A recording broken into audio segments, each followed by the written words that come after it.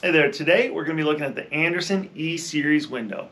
We love the E-Series here because it's uniquely customizable for any project. The E-Series comes with 10 different interior wood species with custom options available to you and 50 different exterior color options, again, also fully customizable as well. Showing you how it tilts in, you press on these tilt latches, folds into the interior really nicely, and then you pull down on the top sash, pulling in these tilt tabs.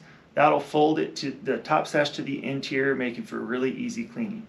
Put the bottom sash up and back onto the window, and then it slides back up and down perfectly.